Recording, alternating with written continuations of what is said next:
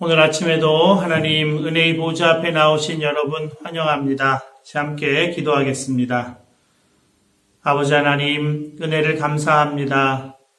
날마다 새 날을 허락해 주시고 새 생명을 허락해 주셔서 하나님 말씀 앞에 우리 자신을 세우게 하시니 감사합니다.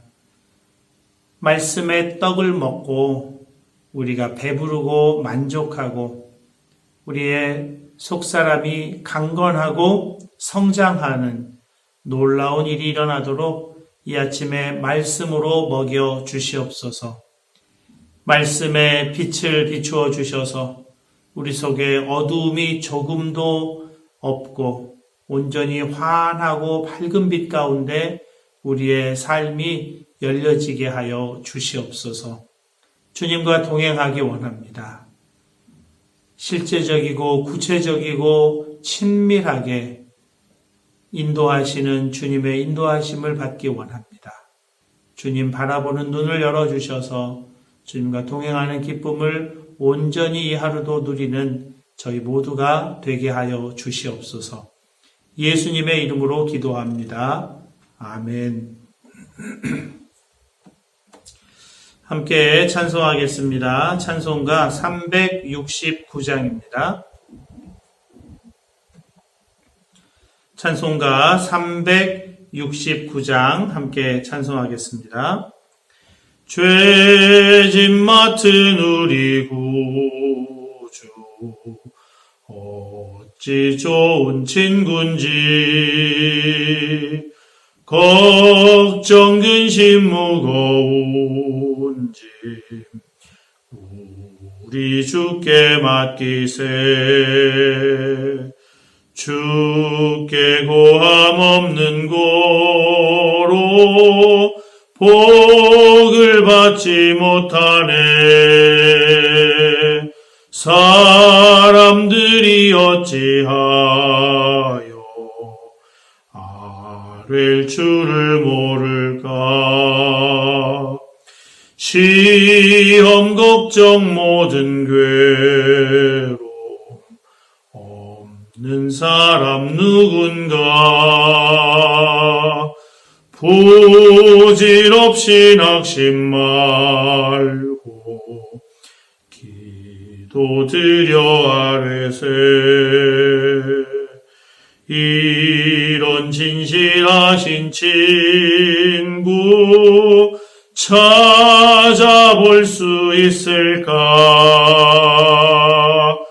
우리 약함 아시오니 어찌 아니하릴까. 근심 걱정 무거운 짐 아니진 자 누군가. 비난처는 우리 예수 주께 기도드리세. 세상 친구 멸시하고 너를 조롱하여도 예수 품에 안기어서 참된 위로 받겠네. 아멘.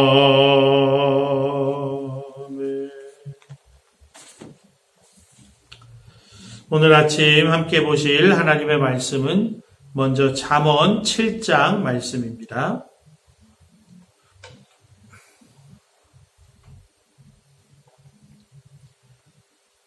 잠언 7장 말씀을 봉독하겠습니다. 여러분 경청해 주시기 바랍니다. 내 아들아, 내 말을 지키며 내 계명을 간직하라. 내 계명을 지켜 살며 내 법을 내 눈동자처럼 지키라.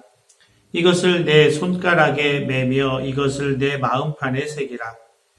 지혜에게 너는 내 누이라 하며 명철에게 너는 내 친족이라 하라.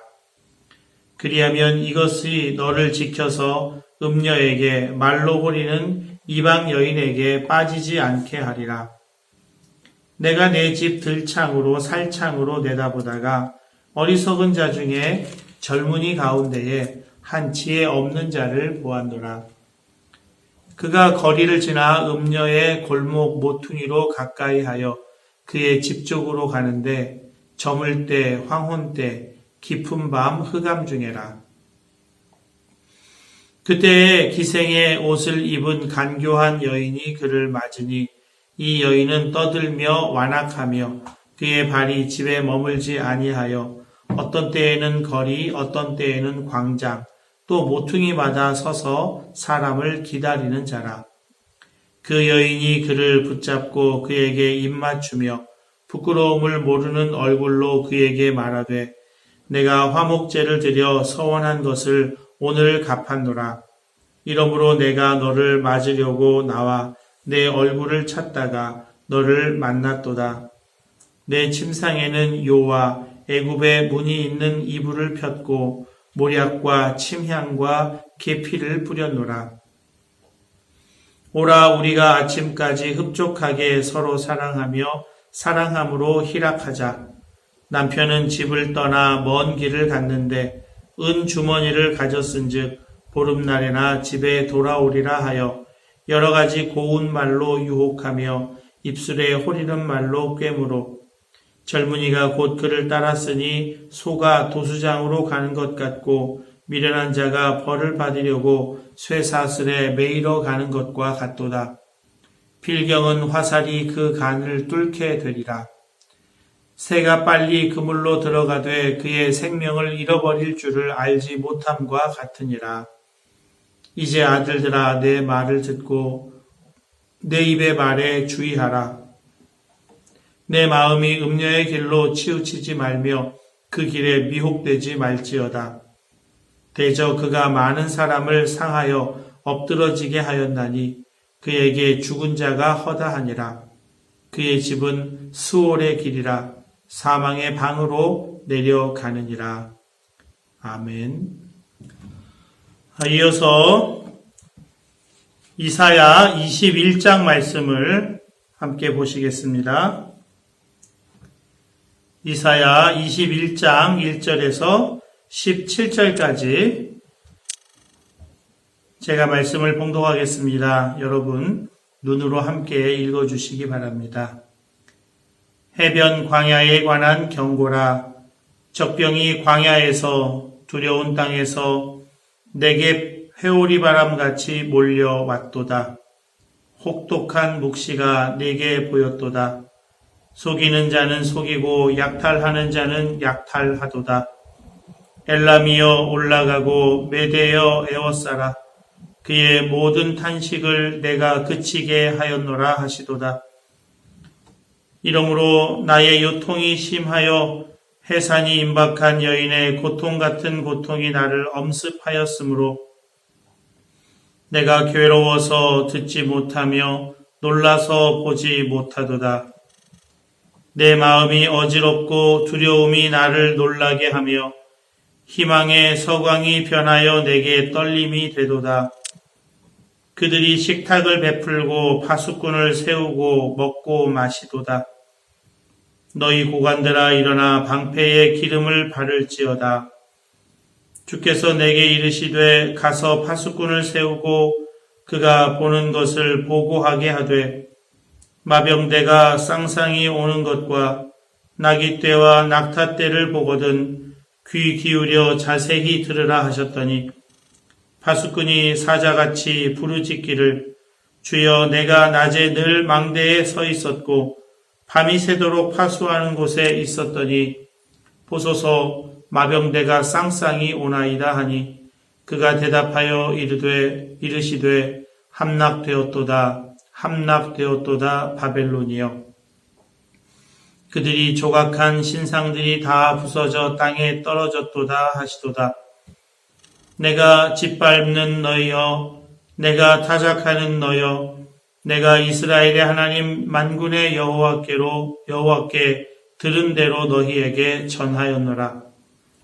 두마에 관한 경고라. 사람이 세일에서 나를 부르되 파수꾼이여 밤이 어떻게 되었느냐. 파수꾼이여 밤이 어떻게 되었느냐? 파수꾼이 이르되 아침이 오나니 밤도 오리라.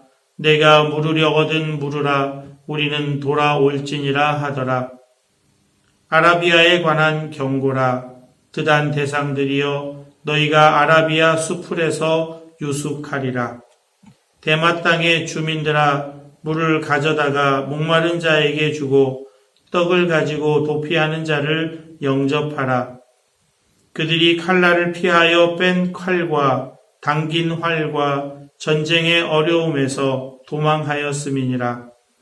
주께서 이같이 내게 이르시되 품꾼의 정한 기한같이 1년 내에 게달의 영광이 다 쇠멸하리니 게달 자손 중 활 가진 용사의 남은 수가 적으리라 하시니라. 이스라엘의 하나님 여호와의 말씀이니라. 아멘. 이제 이사야 21장 1절에서 17절까지의 말씀을 여러분 각자가 한 5분 정도 다시 읽으시면서 하나님 음성에 귀를 기울이시겠습니다.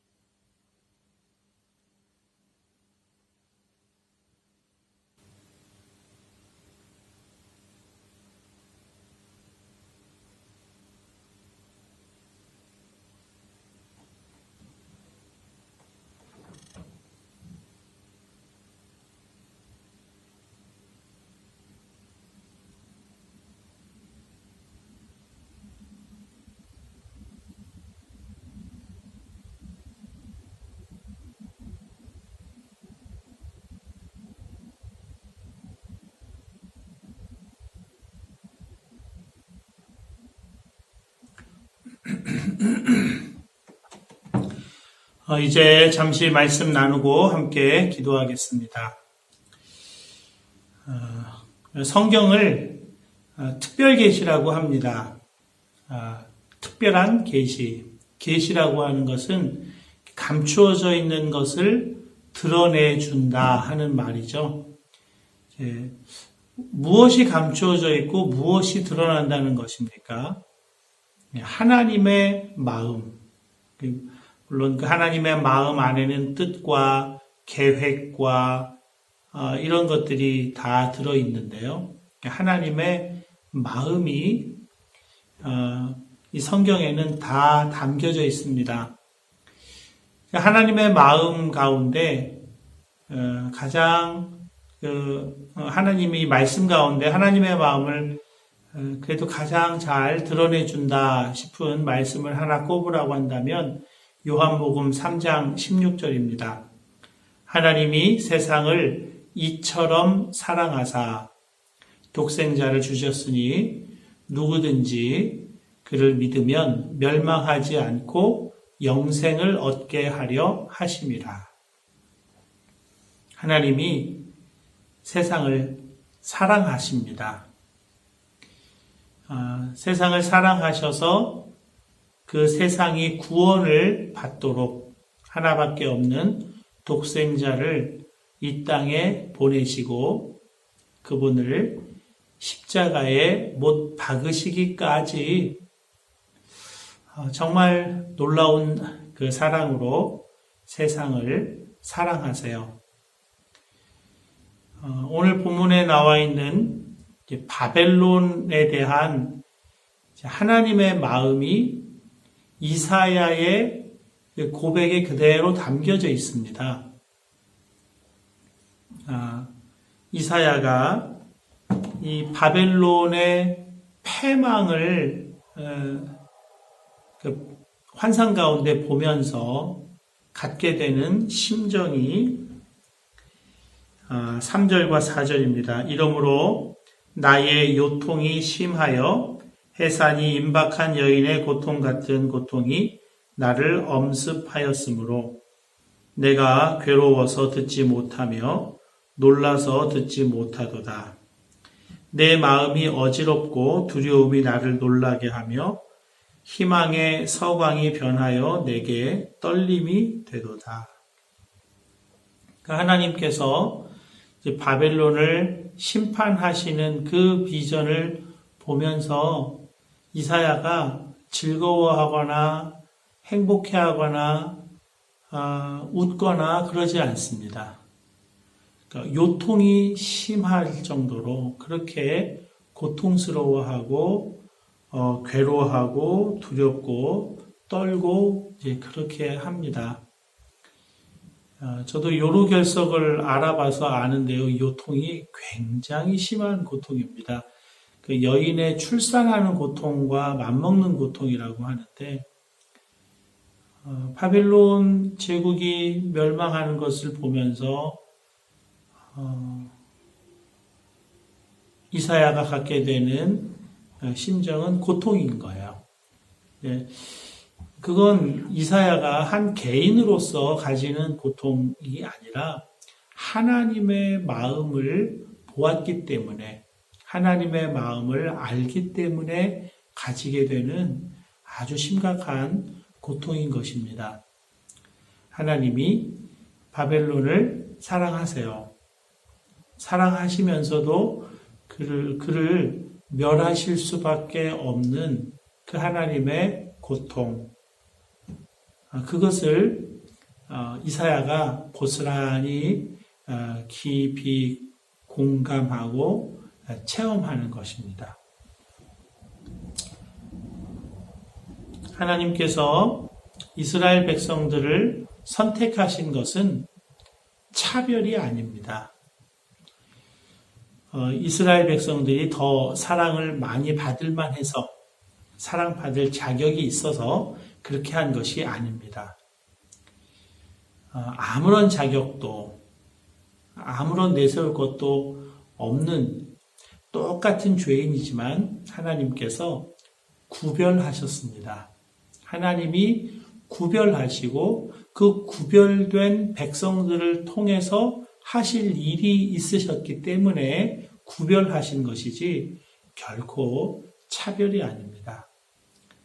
하나님의 세상에 대한 사랑은 동일한 사랑이다 하는 것이죠. 그래서 우리가 먼저 구원받은 자로서 가져야 할 마음은 구원받은 자로서 구원받지 못한 자를 깔보거나 얕보거나 비웃거나 손가락질하거나 그럴 수 없습니다. 성 프란시스는 자주 금식을 했어요. 제자들과 함께 금식하면서 이제 탁발, 그러니까 마을에서 구걸은 아니지만 음식을 후원받아서 그렇게 살았습니다.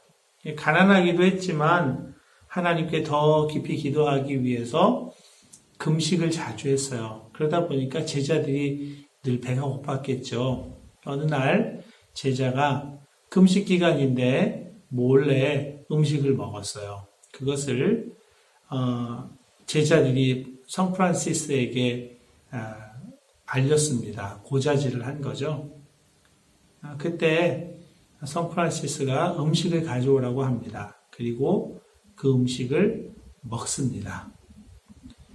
하나님의 은혜가 없었으면 나도 똑같은 사람이라고 하는 것, 그것을 보여주고 있는 것입니다. 감리교 창시자죠.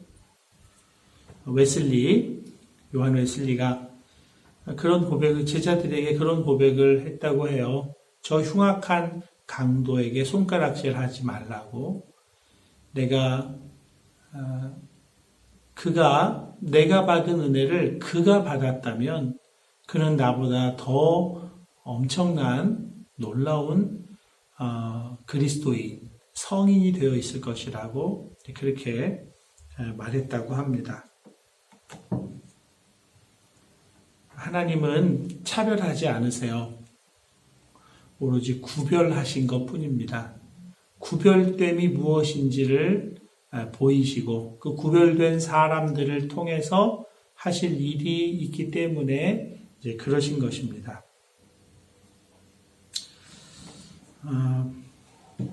파수꾼을 세우라 그렇게 말씀을 하시고 파수꾼을 통하여 보게 하시는 것이 있죠.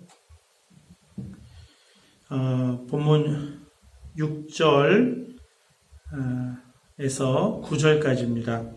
주께서 내게 이르시되 가서 파수꾼을 세우고 그가 보는 것을 보고하게 하되 마병대가 쌍쌍이 오는 것과 나기 때와 낙타 때를 보거든 귀 기울여 자세히 들으라 하셨더니 파수꾼이 사자같이 부르짖기를 주여 내가 낮에 늘 망대에 서 있었고 밤이 새도록 파수하는 곳에 있었더니 보소서 마병대가 쌍쌍이 오나이다 하니 그가 대답하여 이르시되 함락되었도다 바벨론이여 그들이 조각한 신상들이 다 부서져 땅에 떨어졌도다 하시도다. 파수꾼을 세우고 바벨론이 패망당하는 그 상황을 다 똑똑히 보라는 것입니다. 낮이든 밤이든 깨어 있어서 바벨론의 패망을 보라. 마병대가 쌍쌍이 오는 것, 이렇게 하는 것은 두 가지 의미가 있습니다. 바벨론과 전투를 하고 승리한 군사들이 돌아오는 것을 보는 것. 그리고 사로잡혔던 유대 백성들이 다시 돌아오는 것. 그것을 눈을 똑똑하게 뜨고 보라는 것입니다. 졸지 말고 깨어서 보아야 한다는 것입니다. 왜 그럴까요? 그게 경고입니다. 우리도 바벨론과 같은 똑같은 운명에 처할 수 있다고 하는 것. 그것을 깨어서 보아야 한다는 것입니다. 그래서 깨어 있으라 라고 하는 것은 죄책감을 가지라 그 얘기가 아니라 죄의식을 깊이 하고 있어야 한다는 것입니다. 내가 어떠한 죄인인가, 내가 얼마나 심각한 죄인인가, 언제든지 넘어질 수 있는 죄인이라고 하는 이 사실을 깊고 넓게 의식하고 있어야 된다는 거예요. 그래서 내가 얼마나 흉악한 죄인인지를 깨어서 보고 듣고 하고 있을 때, 그때 죄를 바라보지 않고 주 예수님을 바라봄으로 구원의 놀라운 일들을 경험해 가야 한다는 것입니다. 그래서 내가 어떤 죄인인지 그것을 깨어 알고 있어야 한다 하는 것입니다. 아담이 선악과를 따먹고 하와와 함께 따먹고 하나님께서 저녁 무렵에 선언할 때 이렇게 아담을 부르시는 소리를 듣죠. 그때 아담이 어떻게 합니까? 하나님을 피하여 숨습니다. 나무 그늘 사이에 숨어요.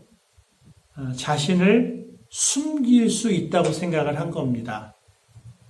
그러나 결국 아담은 하나님으로부터 숨을 수가 없었죠.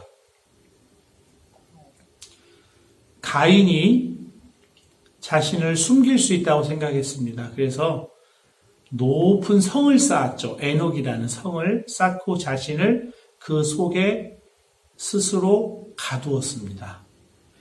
숨을 수 있다고 생각을 하는 거예요. 높은 성이면 숨을 수 있다. 그의 후손들은 음악을 만들고 기술 문명을 일으켜서 그 보호장치, 안전장치에 자신이 숨을 수 있다. 그렇게 생각을 합니다. 그런데 숨을 수가 없어요.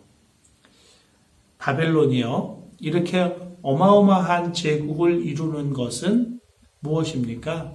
그 엄청난 크기, 엄청난 군사력, 그 숫자가 자신을 보호해주고 그 속에 자기가 숨을 수 있다. 그렇게 생각을 하는 거죠. 그러나 처음에는 자신과 동맹을 맺어서 엄청난 숫자를 이루었던 동맹 민족으로부터 배반을 당하고 멸망을 당하는 것입니다. 오늘 본문 2절이죠. 혹독한 묵시가 내게 보였도다. 속이는 자는 속이고 약탈하는 자는 약탈하도다. 엘람이여 올라가고 메대여 에워싸라. 그의 모든 탄식을 내가 그치게 하였노라 하시도다. 엘람은 이후에 바사, 페르시아 왕국이 되는 민족이고요. 메대는 페르시아와 함께 바벨론을 무너뜨린 거대한 민족입니다. 그리고 그 메대도 향후에는 이 페르시아에 의해서 멸망당하고 그 메대의 궁이 여름 궁전이 앙메다 여름 궁전이었잖아요. 속이고 약탈해요. 동맹을 맺었던 엘람과 메대가 바벨론을 속이고 바벨론을 약탈해요. 그래서 바벨론을 무너뜨린다는 겁니다. 그러니까 자신이 엄청난 크기를 이루었고 그 크기 속에 숨으면 안전할 거라고 생각했지만 그것에 자기가 속은 거죠. 그래서 스스로 자멸하게 됩니다. 이 13절 이하에 보면 아라비아에 관한 경고가 나와요. 아라비아 광야, 아라비아 사막을 의미합니다. 이 사막에 사는 부족이 있는데요. 13절에는 드단 대상들이여 이렇게 나오고요. 14절에는 대마 땅의 주민들아 이렇게 나오고요. 17절에 게달 자손 이렇게 나옵니다. 여기에 나오는 드단, 대마, 게달 다 누구의 후손인가 하면 이스마엘의 후손입니다. 그러니까 이삭을 희롱하고 이삭을 비웃던 그 이스마엘, 하갈의 자손 이스마엘, 그의 후손이 드단, 데마, 게달이에요. 그들이 그 광야에서 살았습니다. 그 사막, 메마른 사막에 살았어요. 그러니까 메마른 사막에 사는 이 부족에 대해서는 이집트도 관심을 기울이지 않고 아수르도 관심을 기울이지, 바벨론도 관심을 기울이지 않아요. 그 메마른 사막, 그 땅을 차지해서 뭐 하겠습니까? 그러니까 그 메마른 사막이 자기들의 보호, 피난처가 된다고 그렇게 생각을 하는 거죠. 거기에 숨어서 살면 된다고 생각했어요. 그런데 그들이 스스로 자멸하는 것을 보게 됩니다. 13절, 14절입니다. 아라비아에 관한 경고라. 드단 대상들이여 너희가 아라비아 수풀에서 유숙하리라. 대마 땅의 주민들아 물을 가져다가 목마른 자에게 주고 떡을 가지고 도피하는 자를 영접하라. 그랬는데요. 그러니까 드단 대상들이 이 광야 이곳에서 고통을 당하고 있는 거예요. 그러니까 대마 땅, 바로 그 인접한 대마 땅에 있는 주민들은 가서 떡을 또 물을 먹이고 이렇게 하라는 거예요. 광야에서 아주 고통당하고 있는 자를 도와주라. 그런데 이들이 칼을 피해서 도망쳐 왔다는 겁니다. 누가 칼을 가지고 드단을 괴롭힌 자들입니까? 17절에 게달 자손 중 활 가진 용사의 남은 수가 적으리라 하시니라. 이스라엘의 하나님 여호와의 말씀입니다. 그러니까 게달에 의해서 추격당하고 고통당했다는 거예요. 같은 이스마엘 후손, 같은 친족 간의 그 싸움이 일어나서 서로 죽이는 일이 발생했다는 것입니다. 그래서 자멸하는 거예요. 광야라고 하는 지역이 뜨겁고 메마른 곳이지만 거기에 이제 적응해서 살면 또 살 길이 있잖아요. 그런데 자기들끼리 싸워요. 그래서 멸망해요. 숨을 데가 없어요. 하나님을 피해서 나 스스로 숨어서 한번 살아보겠다 하는 자들 누구도 성공할 수가 없다 하는 것입니다. 시편 139편에 너무나 좋은 말씀이 있죠. 시편 139편 1절에서 4절입니다. 여호와여 주께서 나를 살펴보셨으므로 나를 아시나이다. 주께서 내가 앉고 일어섬을 아시고 멀리서도 나의 생각을 밝히 아시오며 나의 모든 길과 내가 눕는 것을 살펴보셨으므로 나의 모든 행위를 익히 아시오니 여호와여 내 혀의 말을 알지 못하시는 것이 하나도 없으시니이다. 하나님을 피해서 도망갈 데가 없어요. 다 아세요. 나의 마음을 아시고 입술의 말을 아시고 생각을 다 아세요. 아무리 큰 성을 짓고 큰 제국을 이루어서 그 속에 피해도 거기에 하나님이 계시고요. 아무리 메마른 광야 사막에 그곳에 숨어도 거기에 하나님이 계시다 하는 것입니다. 우리가 하나님을 피해서 큰 영화로운 영달과 영광과 또 사람들로부터 부러움을 받는 그런 곳에 들어가도 거기 하나님이 계시고요. 자기 연민과 사람들을 피해서 동굴 속으로 들어가서 사람들 안 보겠다고 그렇게 들어가 있어도 거기에도 하나님이 계시다는 겁니다. 그래서 우리가 할 일은 하나님 앞에 단독자로 서는 것입니다. 하나님 앞에 정직하게 진실하게 서는 것, 그것뿐입니다. 그 하나님이 우리를 사랑하시거든요.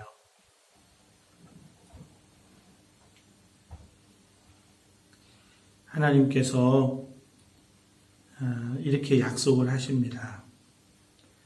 8절에서 10절 말씀 보면요. 내가 하늘에 올라갈지라도 거기 계시며 스올에 내 자리를 펼지라도 거기 계시니이다.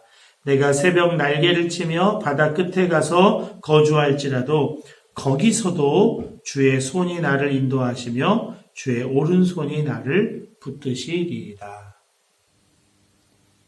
하나님을 피할 곳이 없다고 하는 것은 어디서나 언제나 하나님의 오른손의 도우심을 받을 수가 있다 하는 것입니다. 하나님과 우리 사이에 아무것도 가리지 않고 아무것도 세우지 않고 다 치우고 하나님과 단독자로 만날 때 하나님 앞에 진실하게 정직하게 설 때 하나님은 우리의 도움이 되신다. 그것을 말씀하고 있는 것입니다. 하나님은 세상을 사랑하셔서 독생자를 주셨습니다. 우리가 선택받고 우리가 구원받은 것은 우리에게 무언가 이유가 있는 것이 아니에요. 차별하시는 하나님이 아니세요. 구별되게 살아가는 자들을 통해서 계속해서 구별된 백성들을 구원하시려는 계획인 것입니다. 그렇기 때문에 하나님 앞에 겸손하게, 사람들 앞에 겸손하게 살아야 합니다.